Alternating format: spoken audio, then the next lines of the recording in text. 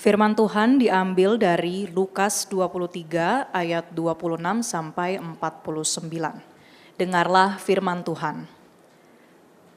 Ketika mereka membawa Yesus, mereka menahan seorang yang bernama Simon dari Kirene, yang baru datang dari luar kota, lalu diletakkan salib itu di atas bahunya, supaya dipikulnya sambil mengikuti Yesus. Sejumlah besar orang mengikuti dia, di antaranya banyak perempuan yang menangisi dan meratapi dia.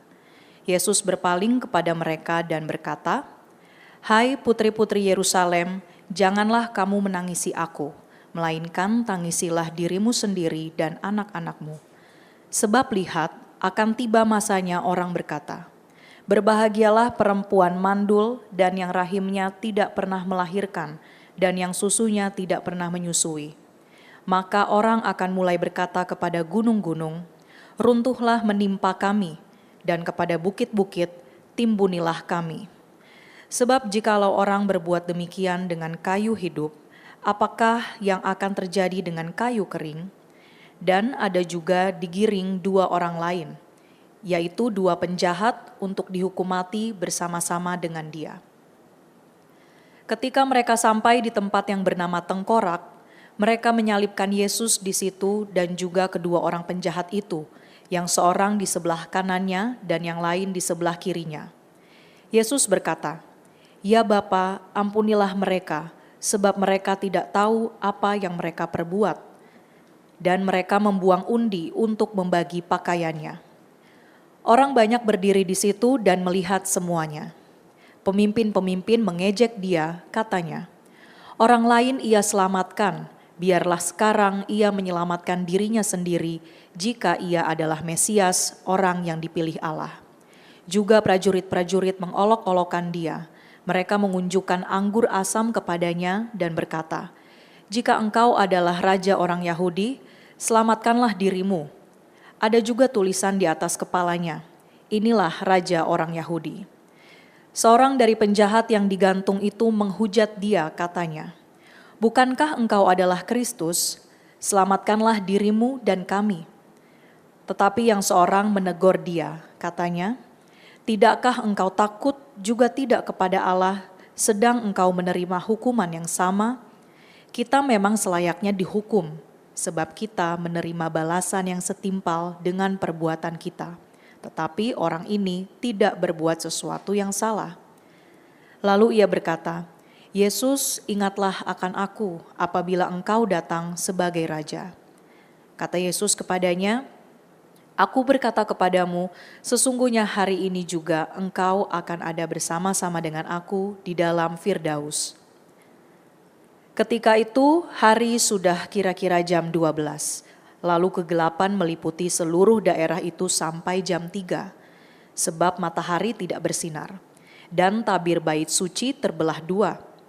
Lalu Yesus berseru dengan suara nyaring, "Ya Bapa, ke dalam tanganmu kuserahkan nyawaku." Dan sesudah berkata demikian, ia menyerahkan nyawanya. Ketika kepala pasukan melihat apa yang terjadi, ia memuliakan Allah, katanya, "Sungguh orang ini adalah orang benar." Dan sesudah seluruh orang banyak yang datang berkerumun di situ untuk tontonan itu, melihat apa yang terjadi itu, pulanglah mereka sambil memukul-mukul diri. Semua orang yang mengenal Yesus dari dekat, termasuk perempuan-perempuan yang mengikuti dia dari Galilea, berdiri jauh-jauh dan melihat semuanya itu. Demikianlah firman Tuhan. Terima kasih Marcel yang sudah membacakan satu kisah perikop yang saya cukup yakin kita semua sudah pernah mendengarnya, sudah pernah merenungkannya, dan sudah juga pernah mungkin membahas atau mendengar khotbah dari perikop ini. Pertama-tama sebelum saya masuk ke khotbah, mungkin sedikit ini aja buat lebih clear aja. Tadi Men's Bible Study dari kitab Kejadian ya, Topan ya, kitab Kejadian yang setelah ini akan dibahas, dan yang Women's Bible Study kitab 1 Tesalonika. Ya, daftar segera teman-teman. Khusus Men's Bible Study kita akan mengadakan ini secara online. Women's Bible Study akan melanjutkan secara online karena kita berharap ini dapat membuat teman-teman yang mungkin sulit untuk ikut Bible Study secara in person itu bisa punya akses gitu ya. lebih lagi untuk bisa mengikuti Bible Study. Oke, saudara, saya akan mulai khotbah hari ini dengan satu cerita pengalaman saya dan istri saya, Doris. Ya, 4 tahun lalu, tahun 2021, saat saya mau memacari Doris. Ya, saya udah mau, Doris udah mau, ya kan? Saya mau pacarin dia, mau nembak gitu ya, teman-teman ya. Nah, Doris waktu itu kasih satu syarat ke saya untuk boleh memacari dia. Kamu harus ketemu papa saya dulu dan harus minta izin sama papa saya. Waduh, gimana nih ya teman-teman ya, minta izin sama papanya Doris. Oke, saya turutin, saya ketemuan, saya samperin ke rumahnya dia, ketemu sama papanya. Dan di situ, papanya ternyata cerita banyak tentang kehidupannya dia. Terutama cerita di masa lalunya saat papanya Doris waktu itu pernah bekerja sebagai awak kapal di kapal barang internasional. Jadi dia bilang dia udah pernah ke negara mana-mana aja, udah pernah ketemu orang mana-mana aja, dan ceritain suka duka pengalaman di kapal itu. Nah saudara, tentunya saya direstui, boleh pacaran dan sampai menikah sampai sekarang, dan kita menikah sudah berjalan 2 tahun lebih saudara. Dan dalam 2 tahun ini, setiap kali saya ketemu papanya, hampir setiap kali saudara, kalau saya ketemu, apalagi kalau ketemunya cuma berempat, saya, Doris, papa, dan mama mertua saya sekarang, papanya cerita lagi saudara tentang apa yang dia alami dulu waktu dia kerja di kapal. Ya, mungkin udah sampai sekarang udah ada 5 atau 6 kali papanya cerita ke saya, sampai saudara waktu papanya itu cerita, saya udah ngerti abis ini plotnya mau kemana, kata-katanya apa yang dia mau keluarin saudara. Awalnya memang agak, diceritain lagi, tapi ya udahlah, papa mertua saya gitu kan. Tapi lama-lama saudara, dari situ menariknya, saya malah dari cerita-cerita papanya Doris ini merasa tambah mengenal dia lebih dalam lagi. Saya tahu kenapa orangnya begini dari ceritanya. Saya lebih mengapresiasi saudara bagaimana dia memilih jalan hidupnya dia, bagaimana dia membesarkan Doris, membuat saya juga lebih mengerti tentang keluarga Doris lebih dalam lagi, dan lebih lagi saudara di situ saya tambah lagi memiliki respect, mengasihi papanya Doris lebih dalam lagi, dan itu semua salah satunya terjadi karena cerita berulang-ulang yang dia ceritakan tentang kisah hidupnya di kapal dulu. Saudara, saya yakin kisah yang tadi kita baca tentang penyaliban Yesus adalah kisah yang saudara semuanya sudah pernah dengar. Berulang-ulang mungkin saudara sudah mendengarnya. Saudara mungkin sudah hafal cerita ini di luar kepala saudara.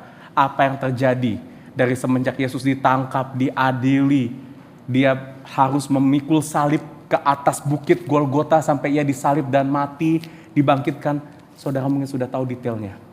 Apalagi kalau saudara sudah menjadi orang Kristen cukup lama saudara, mungkin saudara di gereja lama saudara pernah juga atau di gereja lain melihat kejadian ini didramakan saudara. Karena peristiwa ini memang adalah puncak dari kisah penebusan yang Tuhan nyatakan di dalam Alkitab kita. Ini puncak dari kisah yang menjadi dasar iman kita saudara, kematian Yesus di atas kayu salib saudara. Dan hari ini saudara, saya berharap melalui firman yang akan disampaikan, kisah yang kita renungkan kembali saudara, saya berdoa agar di sini seperti saya juga mendengar kisah papanya Doris yang sudah berulang-ulang kali juga. Saudara mendengar kisah ini mungkin sudah puluhan kali, tapi saya berharap, saya berdoa dari sini saudara tambah mengenal Tuhan, tambah menghormati Dia, dan terlebih lagi tambah dalam untuk menyembah Tuhan dan menghargai karya keselamatan yang Tuhan nyatakan bagi kehidupan kita. So itu aimnya saudara dari firman hari ini ya. Saya berharap saudara di sini mungkin poin-poinnya sudah tahu, sudah pernah mendengar ini semua, tapi biarlah relasi kita diperdalam lagi oleh pemberitaan firman yang akan kita renungkan bersama-sama hari ini. Kita berdoa sebelum saya masuk ke poin khotbah kita hari ini. Mari kita berdoa. Bapa, Kau adalah Allah yang rindu untuk terus memiliki relasi dengan setiap daripada kami. Kami adalah umat-umat-Mu Tuhan, dan selama hidup kami, tidak ada satu sukacita yang lebih tinggi daripada kami mengenal siapa Tuhan yang kami sembah dan hidup di dalamnya. Dan Bapa, kami berdoa melalui firman yang Kau nyatakan hari ini, melalui pernyataan karya salib Kristus, yang mungkin sudah kami dengar puluhan kali dalam kehidupan kami. Kami kembali hari ini dapat melihat keindahan, karakter-karakter, kekudusan, dan juga kasih Bapa yang kau nyatakan di atas kayu salib kepada setiap daripada kami. Bawa kami untuk mengenalmu lebih dalam. Kami berdoa agar Roh Kudus di dalam hati kami membukakan hati kami, membukakan pikiran kami, agar kami sungguh dapat melihat siapa Tuhan yang kami sembah sesungguhnya dan kembali jatuh cinta terhadap Tuhan yang telah menyelamatkan kami. Terima kasih Tuhan, kami mau serahkan pemberitaan firman hari ini ke dalam tangan-Mu, dalam nama Kristus kami berdoa dan mengucap syukur. Amin. Ya. Saudara, perikop yang akan saya bawakan hari ini cukup kompleks, cukup banyak saudara pesan yang Tuhan mau sampaikan di sini. Sebenarnya apa yang saya bawa di dalam poin khotbah saya masih belum merangkum semuanya saudara yang ada dalam perikop ini, tapi saya harap ini cukup untuk memberikan kepada kita satu penjelasan, satu pemberitaan firman yang setia kepada perikop hari ini. Biasanya ada 3 poin, hari ini ada 4 poin saudara yang saya mau sampaikan kepada kita. Bonus karena lagi long weekend, ya besok libur, jadi nggak apa-apa lah saya kasih 4 poin hari ini. 4 poin ini akan berbicara tentang siapa Yesus, identitasnya, relasinya dalam kehidupan kita. Yesus adalah yang pertama, Nabi yang memberikan peringatan, kedua Raja yang senantiasa berkuasa, ketiga imam yang berdoa bagi kita. Konsep 1, 2, 3 ini saudara bisa pernah dengar atau mungkin tahu dengan jabatan yang bernama Prophet, Priest, and King, Nabi, Imam, dan Raja, saudara. Dan yang keempat, Yesus adalah Mesias yang menyelamatkan kita. Kita akan membahas setiap perikop ini secara dekat, setiap poin ini secara dekat dari perikop yang kita sudah renungkan, kita sudah baca bersama-sama. Jadi jangan tutup Alkitabnya, kita akan lihat masing-masing poin ini lebih dekat lagi. Kita masuk ke poin yang pertama. Yesus adalah Nabi yang memberikan peringatan. Saudara, kalau saudara baca Alkitab khususnya Perjanjian Lama, kita akan menemukan ada banyak figur Nabi bermunculan dalam seluruh perjalanan sejarah bangsa Israel. Para nabi di Perjanjian Lama itu adalah orang-orang yang Tuhan tunjuk secara khusus, Tuhan tahbiskan dengan tugas untuk membawa firman Tuhan bagi bangsa Israel. Dan firman ini isinya apa saudara?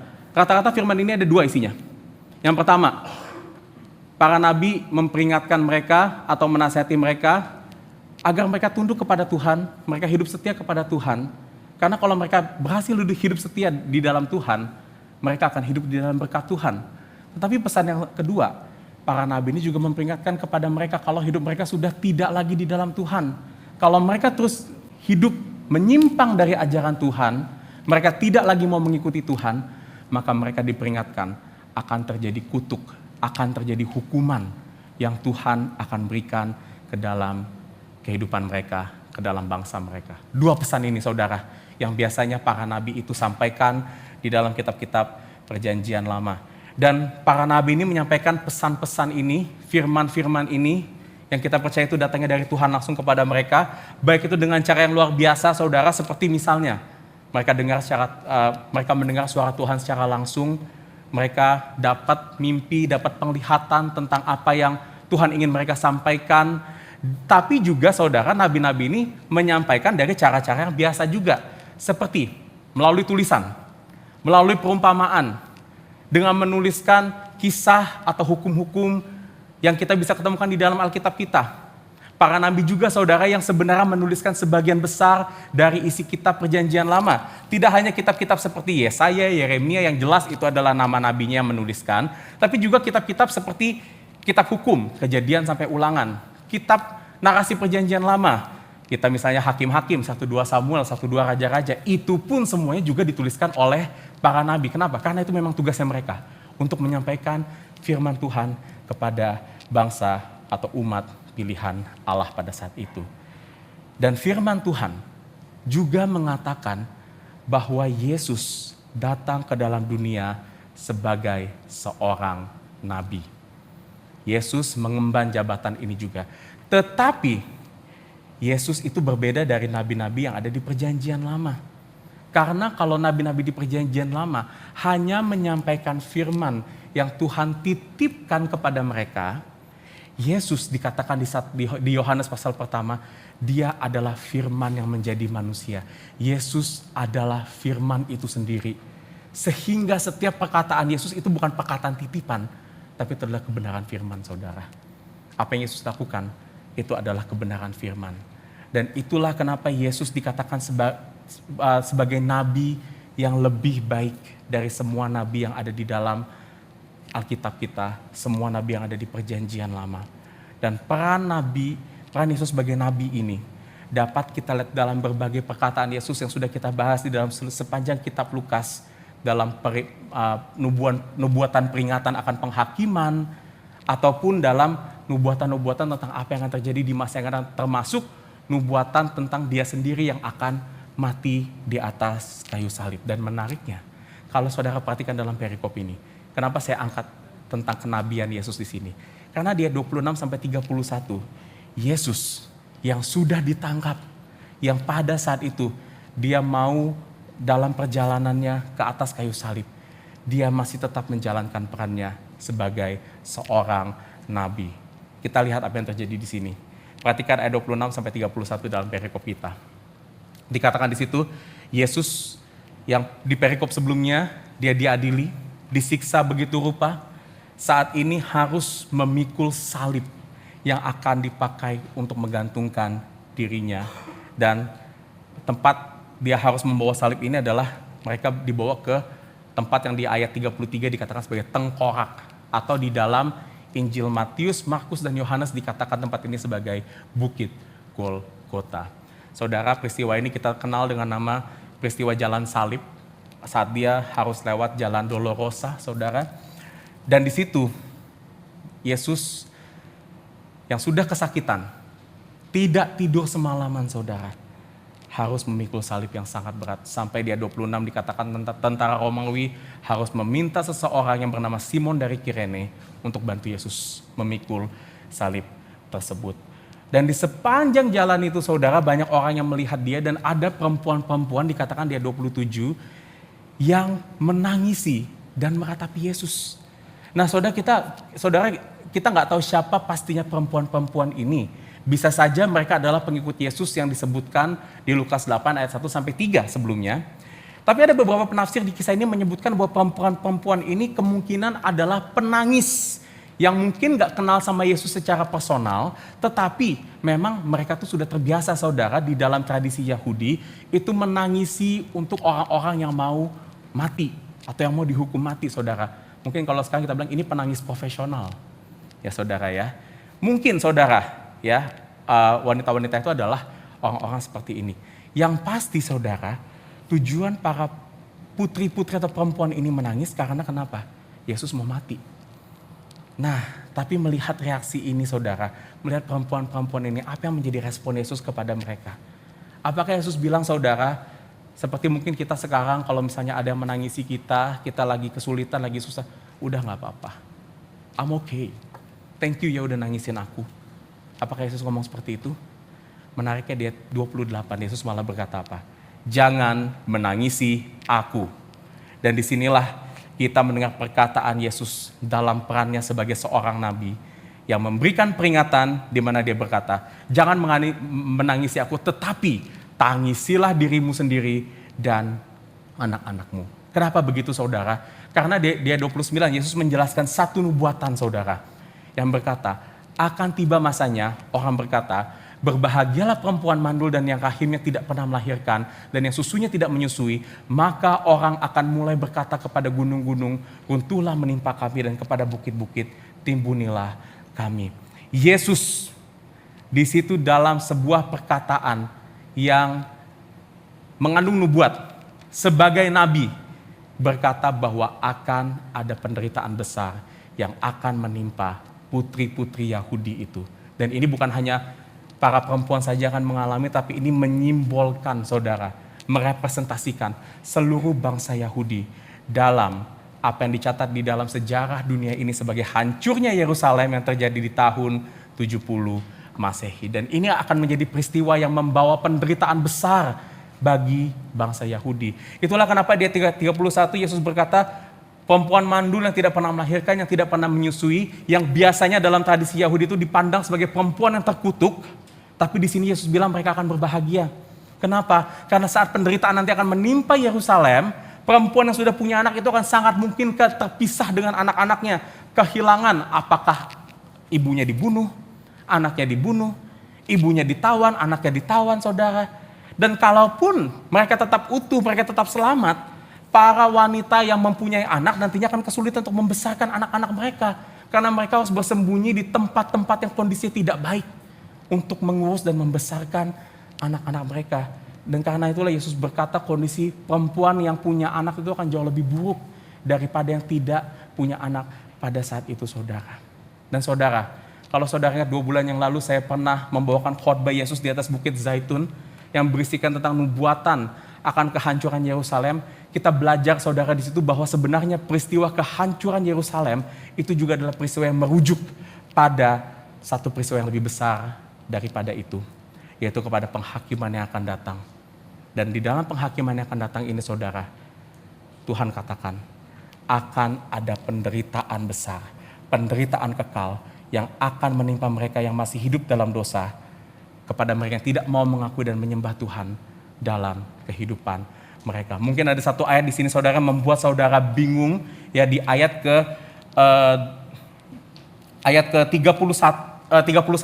ya. Yesus berkata, sebab jikalau orang berbuat demikian dengan kayu hidup, apakah yang akan terjadi dengan kayu kering? Apa maksudnya ada kayu hidup sama kayu kering di sini saudara? Saudara di sini menyatakan tentang kayu hidup itu adalah tentang Kristus yang hidup, yang benar, yang tidak bersalah. Tetapi apa yang terjadi? Yesus akan disalib, mati di atas kayu salib. Kayu kering menunjukkan tentang orang-orang Yahudi yang sudah jatuh ke dalam dosa, yang layak untuk dihakimi, yang nantinya pun juga akan binasa. Kalau kayu hidup aja akan binasa saudara, maka kayu kering bukannya dia akan tambah binasa lagi, tambah menderita lagi saudara. Artinya Yesus mau katakan apa di sini? Kepada orang-orang yang berdosa, kepada orang-orang yang masih menolak Tuhan, kepada orang-orang yang masih hidup di dalam kekerasan hatinya karena dosanya, karena dia tidak mau mengakui Tuhan sebagai Tuhan dan Juru Selamatnya, maka akan ada penderitaan yang akan menimpa orang-orang ini lebih daripada apa yang Yesus alami di atas kayu salib. And this is serious. Bukan hanya bagi orang-orang Yahudi pada saat itu, tetapi bagi kita semua. Dan pertanyaannya, kenapa Yesus masih perlu mengatakan hal ini saat dia mau mati? Karena saudara, kematian Yesus di atas kayu salib itu akan memastikan tentang hukuman penderitaan ini. Kematian Yesus di atas kayu salib menunjukkan kepada dunia ini bahwa penghakiman, penderitaan yang Tuhan nyatakan di dalam Alkitab itu sudah dekat kepada kita. Dan artinya apa di sini saudara? Artinya saudara, saya ingin katakan, berita Injil yang selama ini kita dengar tentang kematian Yesus itu tidak hanya semata-mata good news bagi dunia ini, tetapi di waktu yang sama ini adalah bad news. Bad news di mana Injil, kematian Yesus itu juga menyatakan peringatan bagi kita semua. Dan hari ini peringatan itu diberikan di antara kita semua di tempat ini saudara. Peringatan itu juga bagi kita berlaku orang-orang yang sudah menerima Kristus sebagai Tuhan dan Juru Selamat. Supaya apa saudara? Kita kembali memeriksa hati kita. Ngecek apakah kita masih saat ini hidup di dalam dosa-dosa kita. Apakah mungkin kita masih menyenangi dosa-dosa di dalam hidup kita saudara? Apakah mungkin hidup kita masih mengutamakan diri kita dan bukan untuk kepentingan atau kemuliaan nama Tuhan saudara? Dan terutama firman ini diberitakan bagi saudara-saudara yang masih meragukan iman saudara hari ini, yang masih mencari, yang mungkin masih mengeraskan hati saudara tentang Tuhan. Saya tidak tahu hati saudara masing-masing di tempat ini, tapi biarlah firman ini kembali memperingatkan saudara semuanya bahwa penderitaan, hukuman yang layak kita terima karena dosa kita itu pasti akan datang menimpa saudara. Dan kematian Yesus di atas kayu salib akan menjamin hal itu saudara.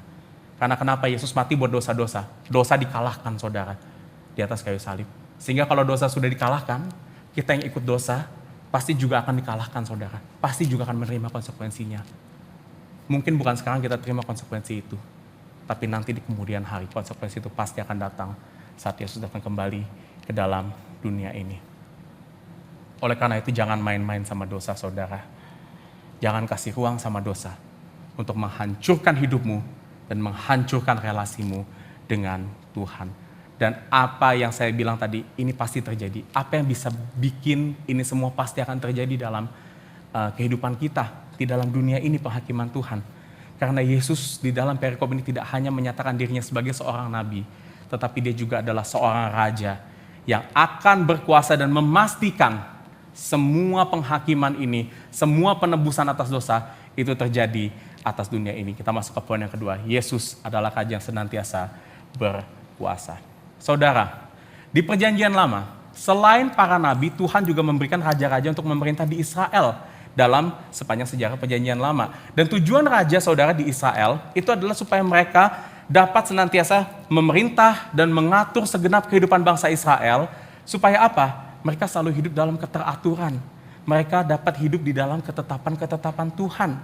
Dan kita melihat di sepanjang perjanjian lama ada beragam raja yang memerintah di perjanjian lama. Ada raja yang baik, seperti misalnya Raja Daud, Salomo, Raja Yosia, tapi ada juga raja yang tidak baik. Seperti misalnya Raja Ahab, Raja Manasye. Dan semua raja-raja ini saudara, ada yang jahat, ada yang baik. Tetapi semua ini saudara, memiliki satu kesamaan saudara. Selama mereka hidup, saudara, selama mereka masih ada saudara, dan selama mereka tidak ditindas oleh raja-raja atau penguasa-penguasa lainnya, mereka tetap akan memiliki kuasanya. Tetapi hanya sampai mereka hidup, selama mereka hidup saja. Sampai mereka mati atau mereka dijajah oleh bangsa lain, kekuasaan mereka akan hilang. Saudara, Yesus dikatakan sebagai raja yang dijanjikan dari keturunan Daud. Dan firman Tuhan berkata bahwa Yesus tidak hanya raja bagi orang Israel, tetapi raja bagi seluruh dunia ini. Dia adalah raja di atas segala raja. Namun kita lihat apa yang terjadi saat Yesus digantung di atas kayu salib. Di ayat 33 dikatakan di situ, Lukas mencatat Yesus disalibkan di antara dua orang penjahat. Yesus ditempatkan layaknya seorang kriminal. Dan ini adalah kedudukan sosial. Bukan hanya yang sangat rendah tetapi sangat terhina, saudara. Lalu di ayat 34 sampai 38 dikatakan di situ, Yesus dipermalukan di depan umum. Jubahnya diundi oleh prajurit, yang artinya saudara, Yesus itu ditelanjangi di atas kayu salib. Yesus diolok-olok oleh para pemimpin, diberikan anggur asam. Anggur asam ini tujuannya untuk memperlama kematian Yesus, supaya Yesus itu semakin lama bisa dipermalukan oleh orang-orang di sana. Dan diberikan tulisan, inilah raja orang Yahudi, sebagai bentuk penghinaan. Dan di ayat 37 oleh seorang prajurit, dan di ayat 39 saudara, dua kali di situ Yesus itu ditantang untuk memakai kuasanya menyelamatkan dirinya sendiri. Kalau engkau Mesias, maka selamatkanlah dirimu. Penjahat yang di sebelah kiri Yesus pun juga berkata, kalau engkau Mesias, maka selamatkanlah dirimu dan juga selamatkanlah kami. Mereka mengejek dan tidak percaya saudara, kalau Yesus adalah raja, Yesus adalah Mesias yang berkuasa. Dan oleh sebab itu mereka bilang, kalau engkau Mesias, selamatkanlah dirimu. Tapi saudara, apa yang terjadi di sini? Yesus sekilas memang tidak terlihatan sebagai seorang raja di atas kayu salib. Apalagi raja yang berkuasa atas dunia ini. Namun apakah Yesus untuk sementara waktu di atas kayu salib itu berhenti sebagai raja? Jawabannya tidak. Yesus tetaplah raja yang berkuasa. Bahkan saya ingin katakan di sini, kekuasaan Yesus sebagai raja tetap ia nyatakan saat ia digantung di atas kayu salib. Dari mana kita bisa melihat hal ini saudara? Kita lihat sekali lagi apa yang dituduhkan orang-orang tentang Yesus.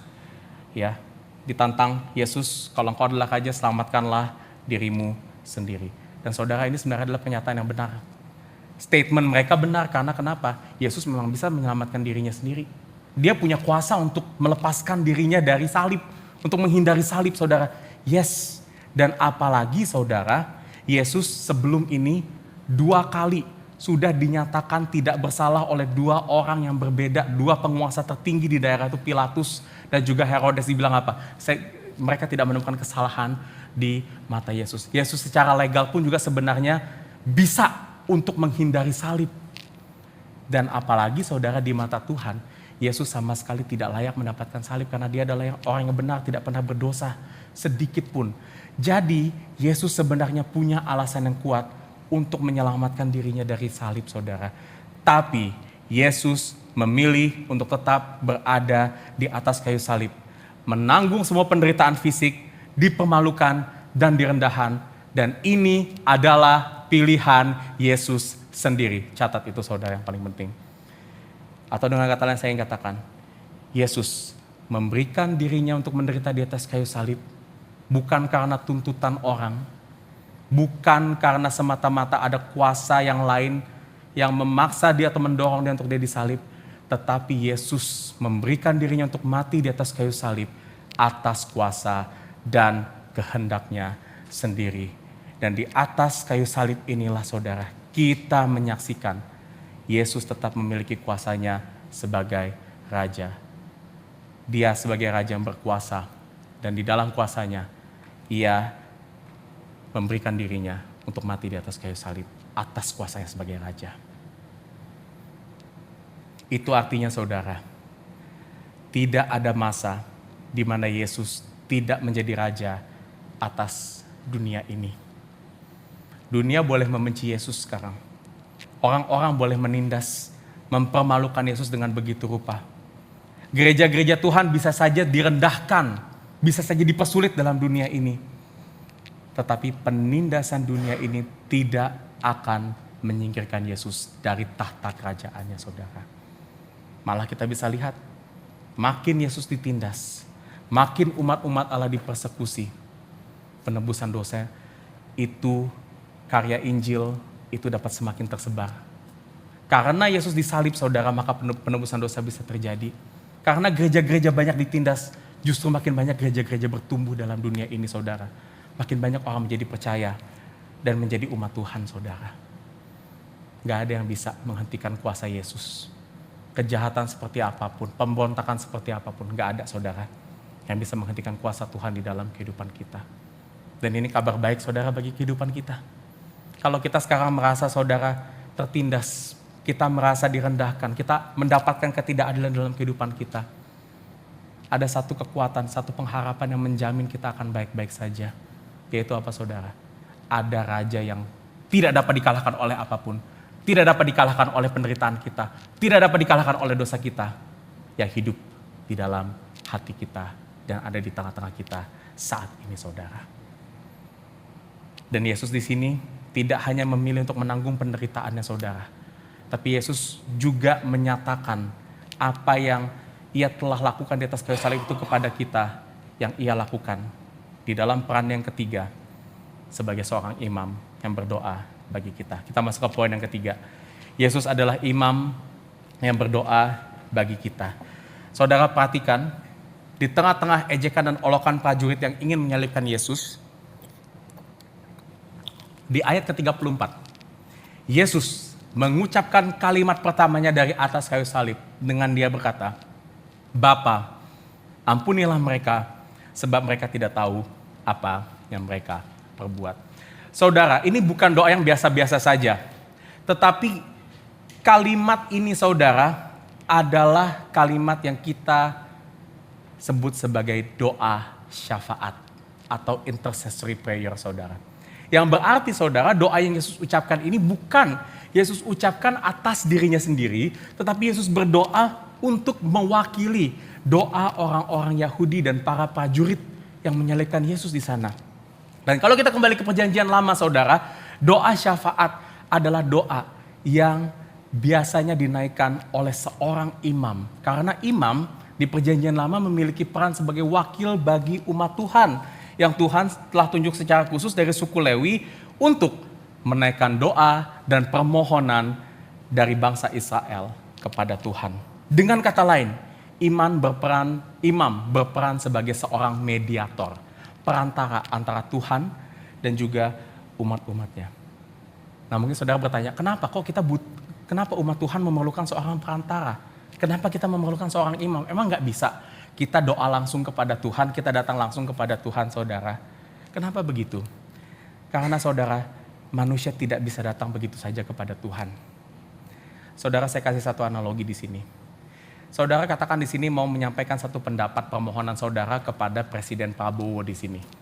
Bisa nggak saudara, kalau saudara mau ngomong sama Prabowo sekarang, saudara langsung datang ke istana Presiden, habis ini datang ke istana, ketok pintu gerbangnya, terus bilang ke penjaganya, Pak, saya mau ngomong dong sama Prabowo.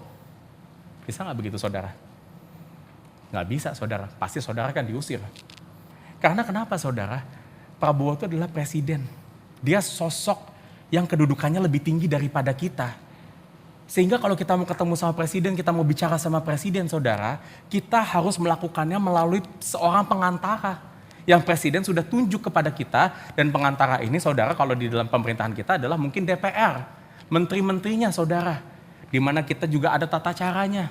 Kasih surat ke mereka untuk mereka sampaikan ke presiden. Dan presiden menjawab kepada kita, mungkin melalui sebuah undang-undang atau sebuah surat lainnya saudara.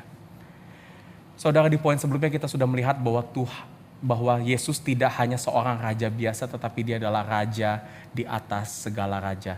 Tuhan tidak hanya lebih tinggi secara kedudukan daripada kita, tetapi Tuhan itu juga lebih tinggi dalam segala-galanya daripada kita. Dalam derajatnya, dalam hakikatnya, dalam kualitas karakternya. Karena Tuhan itu pencipta dan kita adalah ciptaan saudara. Jadi jelas saudara di sini, kita nggak akan bisa datang kepada Tuhan dengan kekuatan atau kemauan kita sendiri, saudara. Kita nggak akan layak untuk datang di hadapan Tuhan. Dan kita tidak akan pernah mampu untuk datang mencapai Tuhan dengan diri kita sendiri.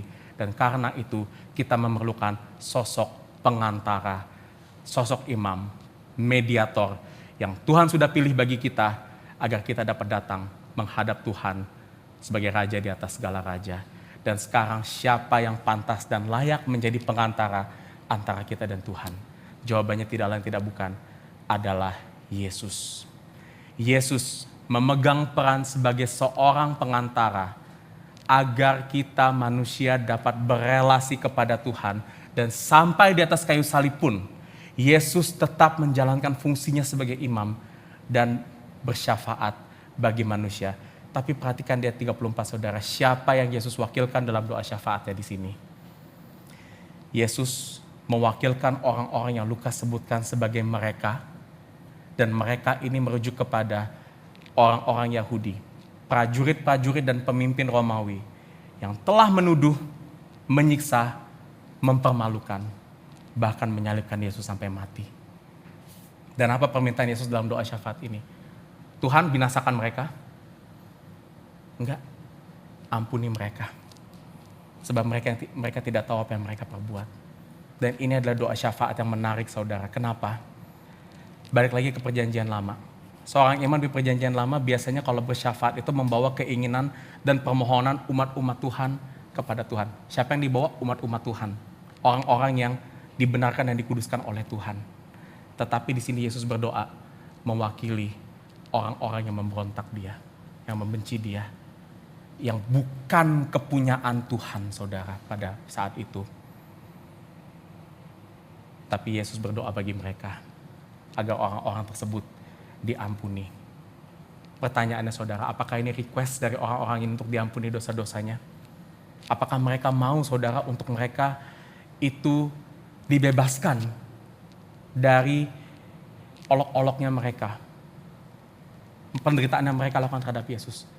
Jawabannya enggak saudara. Yesus berdoa saat mereka masih berdosa. Yesus berdoa saat mereka menyalibkan Yesus saudara. Yesus berdoa supaya apa saudara? Supaya mereka disadarkan. Yesus berdoa supaya mereka kembali melihat bahwa mereka telah berdosa di hadapan Tuhan. Dan Yesus berdoa supaya mereka dapat diterima kembali oleh Bapa melalui keselamatan yang Bapa berikan kepada mereka. Itu artinya saudara, karya keselamatan yang Tuhan berikan kepada kita, kepada saya dan saudara, itu terjadi bukan karena kemauan saudara atau usaha saudara mengerti firman Tuhan saat ini. Enggak. Saudara, kita nggak ngerti firman Tuhan terlebih dahulu, lalu kita pilih Tuhan sebagai Tuhan dan Juru Selamat kita. Enggak. Saudara, kita selamat hari ini karena apa? Yesus berdoa bagi keselamatan kita. Dia imam yang mewakili kita saudara, bahkan waktu kita masih berdosa. Dan itulah saudara, dasar, fondasi, kekuatan yang Yesus berikan bagi kita semuanya, agar kita dapat mengenal Tuhan. Kita selamat karena Yesus telah berdoa, telah bersyafaat bagi diri kita sendiri. Dan itu menunjukkan saudara bahwa Yesus bukan hanyalah imam yang mampu untuk menjadi pengantara bagi kita, tapi ia adalah imam yang peduli dan mengasihi kita. Apa yang membuat Yesus mau berdoa bagi kita waktu kita masih berdosa, saudara? Tidak lain tidak bukan karena kasihnya yang besar. Tidak lain tidak bukan karena itu adalah kemurahannya bagi kita, itu anugerahnya bagi kita, saudara. Dan oleh sebab itu, saudara, ini menekankan kembali kepada karya keselamatan kita. Bahwa keselamatan itu bukan usaha manusia. Keselamatan itu bukan keinginan kita, saudara. Tapi keselamatan itu adalah kedaulatan Tuhan. Tuhan yang berinisiasi untuk menyelamatkan kita. Tuhan yang memiliki kasihnya kepada kita. Sehingga ia menyelamatkan kita, saudara. Dan ini Yesus nyatakan melalui doanya di atas kayu salib sebagai seorang imam. Tapi Yesus tidak berhenti sampai di situ, saudara. Yesus tidak hanya berdoa bagi kita, tetapi ia juga memberikan apa yang kita perlukan bagi hidup kita. Keselamatan yang ia nyatakan sebagai Mesias yang menyelamatkan kita. Poin keempat, Yesus adalah Mesias yang menyelamatkan kita. Saudara, di sini Yesus berdoa agar Bapa mengampuni mereka. Tetapi kita lihat apa yang terjadi kepada orang-orang yang didoakan Yesus di situ. Mereka masih mengolok-olok Yesus, mereka masih tetap menghina dan merendahkan Yesus, kecuali ada satu orang yang betul-betul pada akhirnya bertobat dan menerima pengampunan Yesus, yaitu penjahat yang ada di sebelah Yesus. Kita lihat di ayat 41-43 di sini. Ayat 41 dikatakan di situ, penjahat yang satunya, saudara, yang ada di atas kayu salib, itu meresponi penjahat lainnya yang ada di sebelah Yesus, yang menantang Yesus untuk menunjukkan kuasanya, untuk menyelamatkan mereka, saudara, dengan berkata bahwa mereka memang layak dihukum karena kejahatan mereka. Penjahat ini, saudara, akhirnya mengalami kesadaran akan dosanya dan ia tahu bahwa ia memang layak untuk disalib, ia layak dihukum. Lalu penjahat ini mengakui siapa Yesus sesungguhnya. Di ayat 41 dia berkata, orang ini gak bersalah.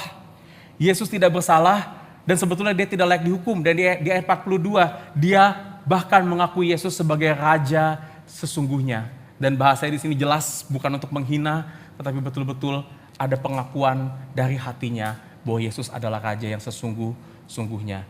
Dan di ayat 43, Yesus menanggapi penjahat ini dengan berkata apa?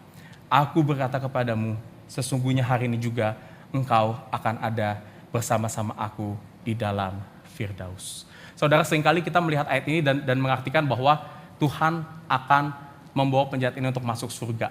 Dan kalau kita percaya kepada Tuhan, kita pasti akan masuk surga.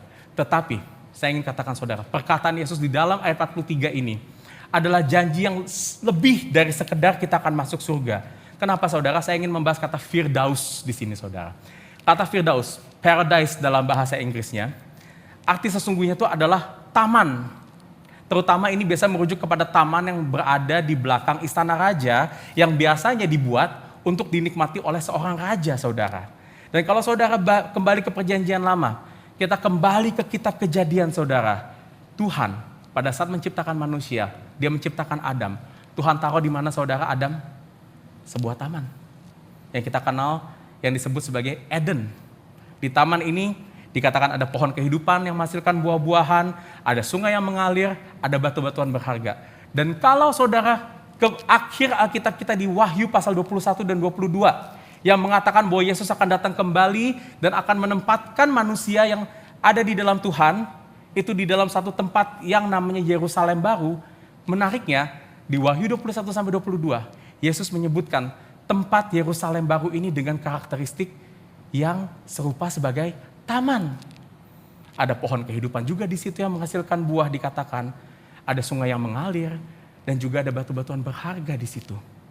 Tapi bedanya, saudara, taman yang ada di Yerusalem baru itu akan menjadi taman yang lebih baik, jauh lebih baik daripada yang ada di Eden.